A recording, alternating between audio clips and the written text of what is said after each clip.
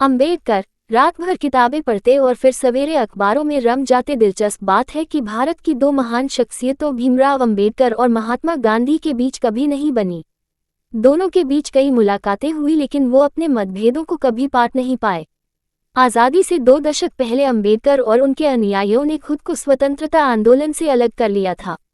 वो अछूतों के प्रति गांधी के अनुराग और उनकी तरफ से बोलने के उनके दावे को जोड़ तोड़ की रणनीति मानते थे। जब 14 अगस्त 1931 को गांधी से उनकी मुलाकात हुई, तो गांधी ने उनसे कहा, मैं अछूतों की समस्याओं के बारे में तब से सोच रहा हूं जब आप पैदा भी नहीं हुए थे। मुझे ताज्जुब है कि इसके बावजूद आप मुझे उनका हितैषी नहीं मानते। धनंजय कीर अंबेडकर की जीवनी, doctor Ambedkar life and mission में लिखते हैं, अंबेडकर ने गांधी से कहा, अगर आप अछूतों के खैरख्वाह होते तो आपने कांग्रेस का सदस्य होने के लिए खादी पहनने की शर्त की बजाय अस्पृश्यता निवारण को पहली शर्त बनाया होता। किसी भी व्यक्ति को जिसने अपने घर में कम से कम एक अछूत व्यक्ति या महिला को नौकरी नहीं दी हो, या उसने एक अछूत व्यक्ति के पालन पोषण का बीड़ा न उठाया हो, या उसने कम से कम सप्ताह में एक बार किसी अछूत व्यक्ति के साथ खाना न खाया हो, उसे कांग्रेस का सदस्य बनने की अनुमति नहीं दी जानी चाहिए थी। आपने कभी भी किसी जिला कांग्रेस पार्टी के उस अध्यक्ष को पार्टी से निष्कासित नहीं किया जो मंदिरों में अछूतों के प्रवेश का विरोध करते देखा गया हो। 26 फरवरी 1955 में जब बीबीसी ने अंबेडकर से गांधी के बारे में उनकी राय जाननी चाहिए तो उन्होंने साफ शब्दों में कहा, मुझे इस बात पर काफ़ी हैरानी होती है कि पश्चिम के देश गांधी में इतनी दिलचस्पी क्यों लेते हैं। उन्होंने कहा, जहां तक भारत की बात है तो वो देश के इतिहास का एक हिस्सा भर हैं, नए युग का निर्माण करने वाले व्यक्ति नहीं। गांधी की यादें इस देश के लोगों के ज़हन से जा चुकी हैं।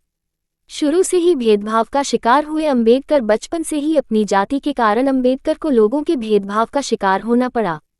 1901 में जब वो अपने पिता से मिलने सतारा से कोरेगांव गए तो स्टेशन से बैलगाड़ी वाले ने उन्हें ले जाने से इनकार कर दिया।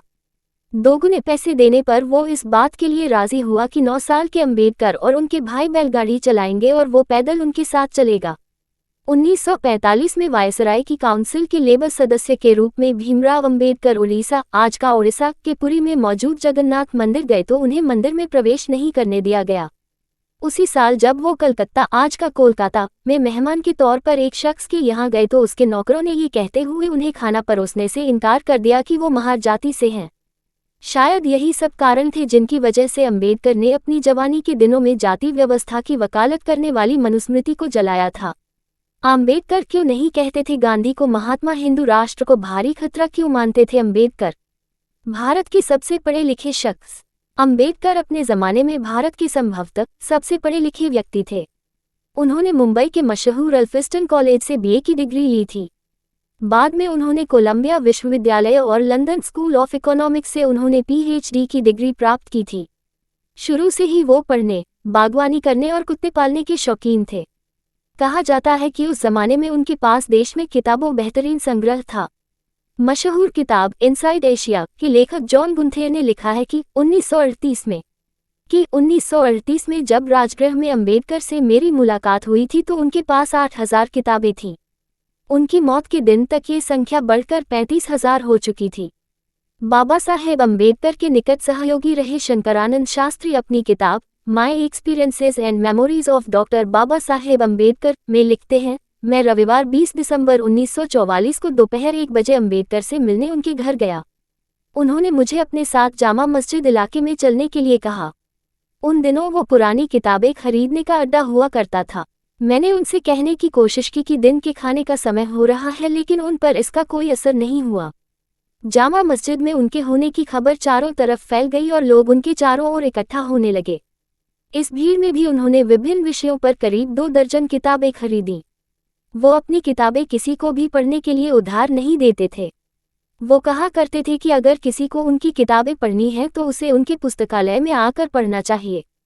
किताबों के लिए दीवानापन। करतार सिंह पोलोनियस ने चेन्नई से प्रकाशित होने वाले जय भीम के 13 अप्रैल 1947 के अंत में लिखा था, एक बार मैंने बाबा साहेब से पूछा था कि आप इतनी सारी किताबें कैसे पढ़ पाते हैं। उनका जवाब था, लगातार किताबें पढ़ते रहने से उन्हें ये अनुभव हो गया था कि किस तरह किताब के मूल मंत्र को आत्मसात कर उसकी फिजूल की चीज़ों को दरकिनार कर दिया जाए। उन्होंने मुझे बताया था कि 3 किताबों का उनके ऊपर सबसे अधिक असर हुआ था। पहली थी लाइफ ऑफ टॉल्स्टॉय, दूसरी विक्टर ह्यूगो की ले मिज़राबल और तीसरी थॉमस हार्डी की फार फ्रॉम द मेडिन क्राउड। किताबों को लेकर उनका प्यार इस हद तक था कि वो सुबह होने तक किताबों में ही लीन रहते थे। अंबेडकर को जब रामनवमी के रथ में हाथ नहीं लगाने दिया गया। अंबेडकर के एक और अनुयायी नामदेव निमगड़े अपनी किताब in the tiger's shadow the autobiography of an Ambedkarite में लिखते हैं, एक बार मैंने उनसे पूछा था कि आप इतना लंबे समय तक पढ़ने के बाद अपना रिलैक्सेशन यानी मनोरंजन किस तरह करते हैं। उनका जवाब था कि मेरे लिए रिलैक्सेशन यानी मनोरंजन का मतलब एक विषय को छोड़ दूसरे विषय की किताब पढ़ना। निमगड़े लिखते हैं, रात में अंबेडकर किताब पढ़ने में इतना खो जाते थे कि उन्हें बाहरी दुनिया का उन्हें कोई ध्यान नहीं रहता था। एक बार देर रात मैं उनकी स्टडी में गया और उनके पैर छुए। किताबों में डूबे अंबेडकर बोले, टॉमी ये मत करो। मैं थोड़ा अचंभित हुआ। जब बाबा साहेब ने अपनी नज़रें उठाए और मुझे देखा तो वो झेप गए। वो पढ़ने में इतने ध्यानमग्न थे कि उन्होंने मेरे स्पर्श को कुत्ते का स्पर्श समझ लिया था। टॉयलेट में अखबार और किताबें पढ़ना था पसंद। अंबेडकर के लाइब्रेरियन के रूप में काम करने वाले देवी दयाल ने अपने लेख daily routine of doctor Ambedkar में लिखा है, अंबेडकर अपने शयन कक्ष को अपनी समाधि समझते थे। बाबा साहेब अपने बिस्तर पर अखबार पढ़ना पसंद करते थे। एक दो अखबारों को पढ़ने के बाद वो बाकी अखबारों को अपने साथ टॉयलेट ले जाते थे। कभी कभी वो अखबार और किताबें टॉयलेट में छोड़ देते थे। मैं उनको वहां से उठाकर उनकी तय जगह पर रख देता था। अंबेडकर की जीवनी लिखने वाले धनंजय कीर लिखते हैं, अंबेडकर पूरी रात पढ़ने के बाद भोर के वक्त सोने के लिए जाते थे। सिर्फ 2 घंटे सोने के बाद वो थोड़ी कसरत करते थे। उसके बाद वो नहाने के बाद नाश्ता किया करते थे। अखबार पढ़ने के बाद वो अपनी कार से कोर्ट जाते थे। इस दौरान वो उन किताबों को पलट रहे होते थे जो उस दिन उनके पास डाक से आई होती थी। कोर्ट समाप्त होने के बाद वो किताब की दुकानों का चक्कर लगाया करते थे और जब वो शाम को घर लौटते थे तो उनके हाथ में नई किताबों का एक बंडल हुआ करता था। जहाँ तक बागवानी का सवाल है, दिल्ली में उनसे अच्छा और देखने वाला बगीचा किसी के पास नहीं था। एक बार ब्रिटिश अखबार डेली मेल ने भी उनके गार्डन की तारीफ की थी। वो अपने कुत्तों को भी बहुत पसंद करते थे। एक बार उन्होंने बताया था कि किस तरह उनके पालतू कुत्ते की मौत हो जाने के बाद वो फूट फूट कर रोए थे। खाना बनाने के शौकीन कभी कभी छुट्टियों में बाबा साहेब खुद खाना भी बनाते थे और लोगों को अपने साथ खाने के लिए आमंत्रित करते थे। देवी दयाल लिखते हैं, 3 सितंबर 1944 को उन्होंने अपने हाथ से खाना 3 सितंबर 1944 को उन्होंने अपने हाथ से खाना बनाया। उन्होंने 7 पकवान बनाए। इसे बनाने में उन्हें 3 घंटे लगे। उन्होंने खाने पर दक्षिण भारत अनुसूचित जाति फेडरेशन की प्रमुख मीनाम्बल शिवराज को बुलाया। वो ये सुनकर दंग रह गईं कि भारत की एग्जीक्यूटिव काउंसिल के लेबर सदस्य ने उनके लिए अपने हाथों से खाना बनाया है। बाबा साहेब को मूली और सरसों का साग पकाने का बहुत शौक था। उनके साथी रहे सोहनलाल शास्त्री अपनी किताब बाबा साहेब के संपर्क में 25 वर्ष में लिखते हैं, हम दोनों साग को खूब सारे तेल में पकाया करते थे क्योंकि उन्हें पंजाबी स्टाइल में साग बनाना पसंद था। उन्हें अपने राज्य महाराष्ट्र पर भी गर्व था। कांग्रेस पार्टी के नेताओं में लोकमान्य तिलक को वो सबसे अधिक मानते थे। उनका कहना था कि तिलक से अधिक तकलीफ किसी कांग्रेस नेता ने नहीं झेली। तिलक को 6 फीट चौड़ी और 8 फीट लंबी कोठरी में रखा जाता था और वो जमीन पर सोया करते थे, जबकि जवाहरलाल नेहरू, सरदार पटेल और गांधी ने एक क्लास से नीचे कोई सुविधा कभी स्वीकार नहीं की। अपने समकक्ष लोगों में गोविंद वल्लभ पंत के लिए उनके मन में बहुत इज्जत थी। उनकी नज़र में पंत महाराष्ट्र के मूल निवासी थे। उनके पूर्वज 1857 में नाना साहेब के विद्रोह के दौरान उत्तर भारत में आकर बस गए थे। डॉक्टर अंबेडकर के घर में अज्ञात व्यक्तियों की तोड़फोड़। अंबेडकर के पहले अखबार मूकनायक की 100 साल पार्टियों में समय बर्बाद करने के सख्त खिलाफ। 1948 में अंबेडकर को श्रीलंका के स्वतंत्रता दिवस पर हो रहे समारोह में वहां के उच्चायुक्त ने आमंत्रित किया था। इस समारोह में लॉर्ड माउंटबेटन और जवाहरलाल नेहरू भी मौजूद थे।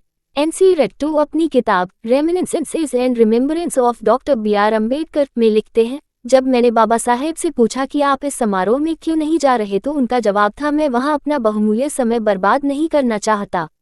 दूसरे, मुझे शराब पीने का शौक नहीं है जो इस तरह की पार्टियों में सर्व की जाती है। अम्बेडकर को न तो नशे की किसी चीज का शौक था और न ही वो धूम्रपान किया करते थे। एक बार जब उन्हें खांसी हो रही थी तो मैंने उन्हें पान खाने का सुझाव दिया।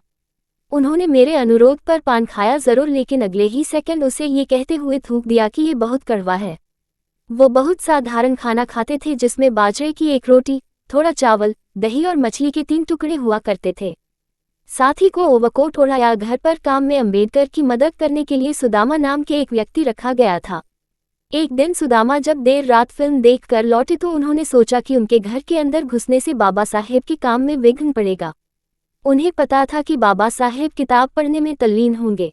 वो दरवाजे के बाहर ही जमीन पर सो गए। आधी रात के बाद जब अंबेडकर ताज़ी हवा लेने बाहर निकले तो उन्होंने दरवाजे के बाहर सुदामा को सोते हुए पाया। वो बिना आवाज़ किए अंदर चले गए। जब अगले दिन सुबह सुदामा की नींद खुली तो उन्होंने पाया कि बाबा साहेब ने उनके ऊपर अपना ओवरकोट डाल दिया है। बिरला के दिए पैसों को अस्वीकार किया। 31 मार्च 1950 को मशहूर उद्योगपति 31 मार्च 1950 को मशहूर उद्योगपति घनश्याम दास बिरला के बड़े भाई जुगल किशोर बिरला अंबेडकर से मिलने उनके निवास स्थान पर आए। कुछ दिनों पहले बाबा साहेब ने मद्रास में पेरियार की उपस्थिति में हजारों लोगों के सामने भगवद गीता की आलोचना की थी। बाबा साहेब के सहयोगी रहे Shankaranand Shastri my experiences and memories of doctor Baba Saheb Ambedkar में लिखते हैं, बिरला ने उनसे सवाल किया, आपने गीता की आलोचना क्यों की, जो कि हिंदुओं की सबसे जानी मानी धार्मिक किताब है। उनको इसकी आलोचना करने के बजाय हिंदू धर्म को मजबूत करना चाहिए। जहां तक छुआछूत को दूर करने की बात है तो वो इसके लिए 10 लाख रुपए देने के लिए तैयार हैं। इसका जवाब देते हुए अम्बेडकर ने कहा, मैं अपने आप को किसी को बेचने के लिए नहीं पैदा हुआ हूँ। मैंने गीता की इसलिए आलोचना की थी क्योंकि इसमें समाज को बांटने की शिक्षा दी गई है। वायसराय के सामने हमेशा भारतीय कपड़ों में जाते थे अम्बेडकर। बाबा साहेब अक्सर नीला सूट पहना करते थे, लेकिन कुछ खास मौक़ों पर वो अचकन, चूड़ीदार पजामा और काले जूते निकालते थे। लेकिन जब भी वो वायसराय से मिले जाते थे वो हमेशा भारतीय कपड़े ही पहनते थे। घर पर वो साधारण कपड़े पहना करते थे। गर्मी में वो 4 हाथ की लुंगी कमर में लपेट लेते थे। उसके ऊपर वो घुटनों तक का कुर्ता पहनते थे। विदेश में रहने के दौरान से ही वो नाश्ते में 2 टोस्ट, अंडे और चाय लिया करते थे। देवी दयाल लिखते हैं कि जब वो नाश्ता करते थे तो बाईं तरफ उनके अखबार खुले रहते थे।